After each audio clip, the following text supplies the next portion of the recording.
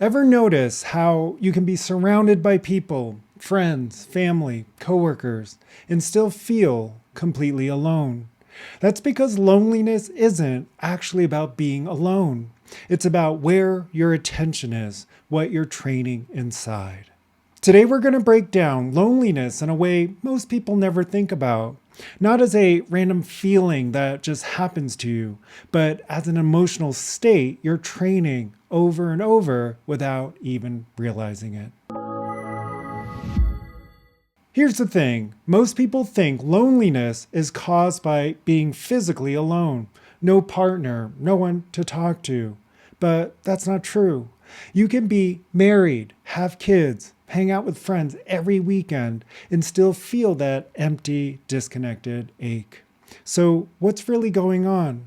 Loneliness is the byproduct of focusing on absence, on what's missing. It's the story, I don't have what I want, I'm not supported, I'm alone. That story triggers an emotion. The emotion conditions your nervous system, and that becomes your state. So the next question is, what state are you unconsciously reinforcing when you focus on absence? You're training loneliness. So let's zoom out for a second. Your nervous system doesn't know it's 2025. It's running the same survival software humans have carried for hundreds of thousands of years. Back then, if you got separated from your tribe, it meant danger. It meant you probably weren't going to make it. So loneliness evolved as a defense mechanism.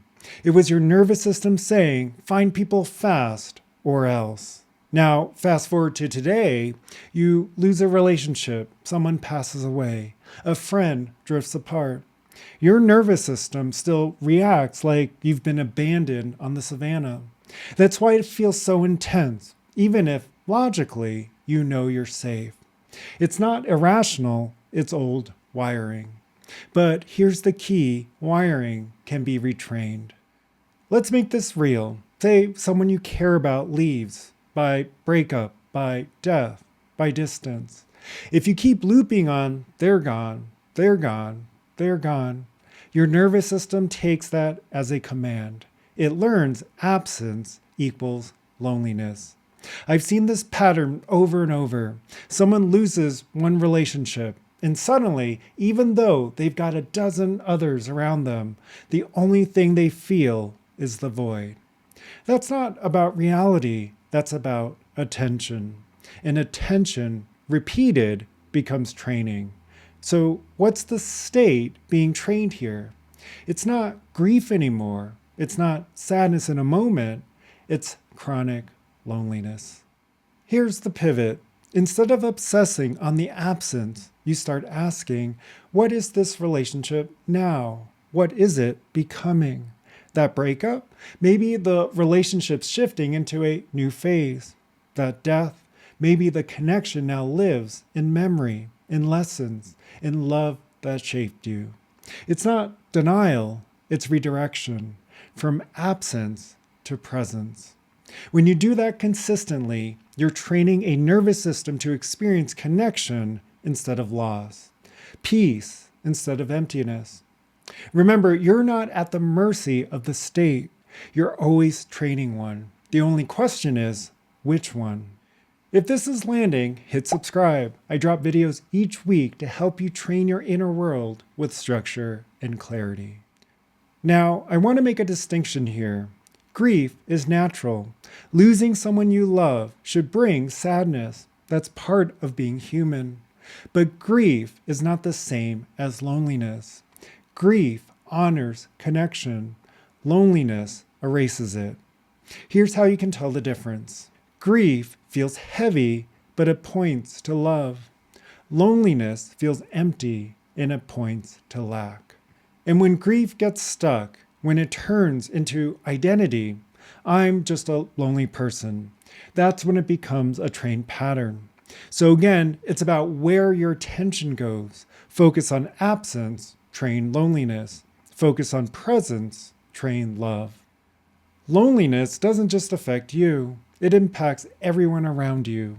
I've seen people so locked in the state of I'm alone that they stop seeing their partner, their kids, their friends who are right there.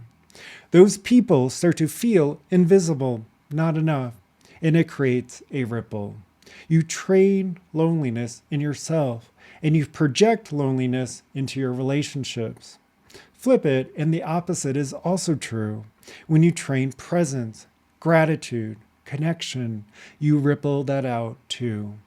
So again, what state are you reinforcing in your nervous system every day? If you're hearing this and thinking, this sounds like me, you're not broken. You've just been training a pattern that no longer serves, and that can change. So let's talk about what this looks like in practice. Instead of waking up and immediately looping on who's not there, you wake up and notice what is there. A partner breathing next to you, a pet curling up at your feet. The simple fact that you're alive, supported by breath. Doesn't sound dramatic, but repeated consistently, it's powerful training. Or say you're driving to work and your mind goes to the breakup. You catch it, redirect. What's still here for me today? Maybe it's colleagues, maybe it's family, maybe it's the opportunity to grow through this exact moment. Over time, your nervous system learns presence equals connection, and that becomes your baseline. Here's where most people trip up. They try to shift once or twice, then they say, it didn't work. Of course it didn't. You've been training loneliness for months, maybe years. One redirect won't rewire that, but consistency will. Every time you redirect, you're laying down a new pathway. Every time you choose presence, you're strengthening a new state. It's like training a muscle. Reps matter. So the question isn't, does this work? The question is, are you willing to train it long enough to make it your new normal? One last layer here. Even if every person disappeared tomorrow, you're still supported. You've got life itself, air in your lungs, ground under your feet. When you focus on that consistently, you train the state of connection with existence itself, and loneliness starts to dissolve. Because the truth is, you're never fully alone. The only thing missing is where you choose to place your attention. So let me leave you with this. What emotional state are you practicing over and over without even realizing it? Is it loneliness or is it connection? If you're ready to stop managing symptoms and start training a steady, resilient inner state, I've built a system for that. It integrates perception, emotion, and nervous system.